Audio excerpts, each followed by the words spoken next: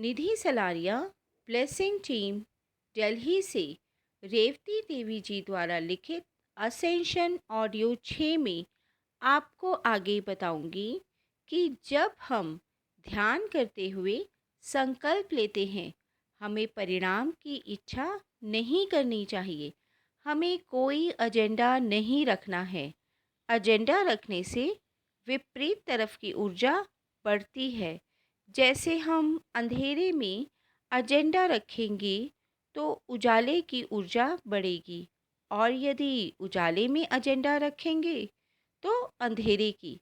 इसे हम इस तरह समझ सकते हैं कि जब राम और रावण का युद्ध हुआ था, सब कुछ अचानक नहीं हुआ था, बल्कि रावण द्वारा किए गए कार्यों से विपरीत ऊर्जा को बढ़ने में बहुत मदद मिली थी, और उसके परिणाम स्वरूप अंधेरा उजाले से हार गया था। यहाँ जब हम अंधेरे और उजाले की बात करते हैं, तो हमें यह समझना होगा कि दोनों ही हमारे लिए ज़रूरी हैं, क्योंकि द्वंद्वत्व में सीखे हुए सबक हमें एकत्व में काम आते हैं। हमें बिना किसी परिणाम के अपेक्षा किए अपने मार्ग पर आगे बढ़ना होगा। हमने समय समय पर परिणामों की कल्पना न करते हुए अकल्पनीय और महत्वपूर्ण निर्णय लिए हैं। जैसे 2001 में जब टॉवर्स पर हमला हुआ, दूसरी तरफ के लोग हमारे द्वारा लिए गए निर्णयों को देखकर बहुत खुश और हैरान भी थे, और उस वजह से हमने अपनी ऊर्जा के साथ साथ धरती की ऊर्जा में भी अभूतपूर्व बढ़ोतरी की थी, जिसकी सराहना टोबायस हमें अपना मास्टर बनाकर करना चाहते हैं। उस तरफ के लोग हमसे सीखने के इच्छुक हैं, पर हम में से बहुत से लोग आज भी झूले पर बैठे हैं। वो परिस्थितियों से डर कर, कभी घबरा कर द्वंद्वत्व में रह जाते हैं, कभी साहस करके एकत्व में आ जाते हैं। वास्तव में उनका एक पैर द्वंद्वत्व में और एक पैर एकत्व में है। उस तरफ वाले लोग उन्हें देख रहे हैं और यह समझाने की कोशिश कर रहे हैं कि हमें अब पूर्ण रूप से द्वंद्वत्व का विमोचन करना होगा। द्वंद्वत्व में रहकर एकत्व को नहीं पाया जा सकता। पर उनकी आवाज़ उन तक नहीं पहुंच रही, क्योंकि अभी तक वह आह भाषा को नहीं समझे हैं। हमें आह भाषा को समझने के लिए अपने दिव्यत्व को पाना होगा। तभी हम उनकी बात को पूरी तरह समझ पाएंगे।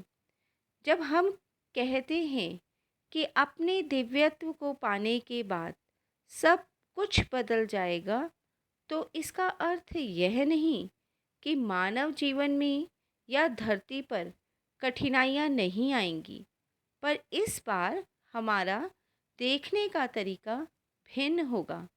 हम दीवार के उस पार खड़े होकर परिणाम पाने के उद्देश्य से नहीं, अपितु बस खड़े होकर चुपचाप समझते हुए देखेंगे और सीख लेंगे। हमें बाहर कुछ नहीं तलाशना, कुछ भी नहीं, किसी भी परिणाम की चिंता या आस नहीं करनी।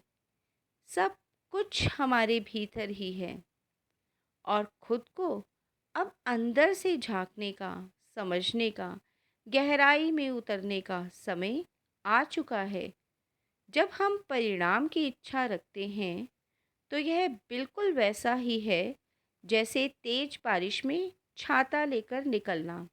यहाँ तेज बारिश ऊर्जा है और छाता द्वंद्वत्व। हमें अब छाते को हटाकर द्वंद्वत्व से निकलकर बारिश में पूरा भीगना है। एकत्व को, अपनी दिव्यता को पूर्ण रूप से पाना है। उस तरफ के लोग हमारी यात्रा को देखकर बहुत खुश हैं, हमारे अनुभवों को अनुभव करना चाहते हैं। चाहे वो खाने का अनुभव हो या किसी भी तरह के मनोरंजन का। वह उस अनुभूति का स्वाद महसूस करना चाहते हैं, उसे जीना चाहते हैं और ऐसा सोचते हुए वह बहुत जिज्ञासु भी हो जाते हैं। वह हमें अपनी प्रकृति से जुड़ने को कहते हैं ताकि उस तरफ के लोगों को हम सुन सकें, क्योंकि प्रकृति से जुड़ने पर हम आह भाषा को जल्दी समझने लगेंगे। हम आगे डेविड की कहानी के द्वारा अपनी परिस्थितियों और द्वंद्वों को समझेंगे कि कैसे डेविड अपने आसपास के सभी संबंधों को लेकर असंवेदनशील है, अपनी इच्छाओं की वजह से असंतुलित और अप्रसन्न है। वह हर समाधान बाहर से ढूंढ रहा है, जबकि प्रश्न का उत्तर उसके अंदर है।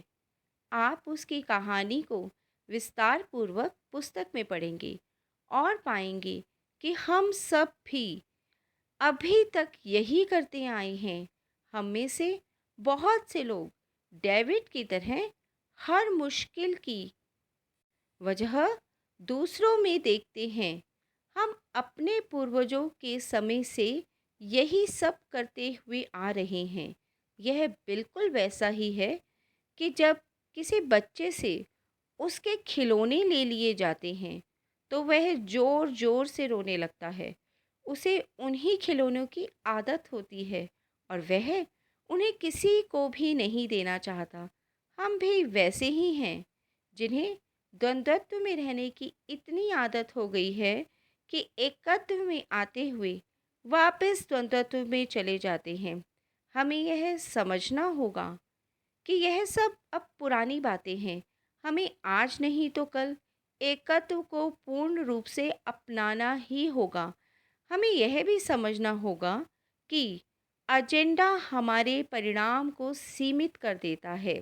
जैसे एक बच्चा स्कूल जाता है, जो कि कोई एजेंडा नहीं है, पर जब हम यह विचार करने लगे कि वो डॉक्टर या इंजीनियर या कुछ और बनेगा, तो यह एक एजेंडा है।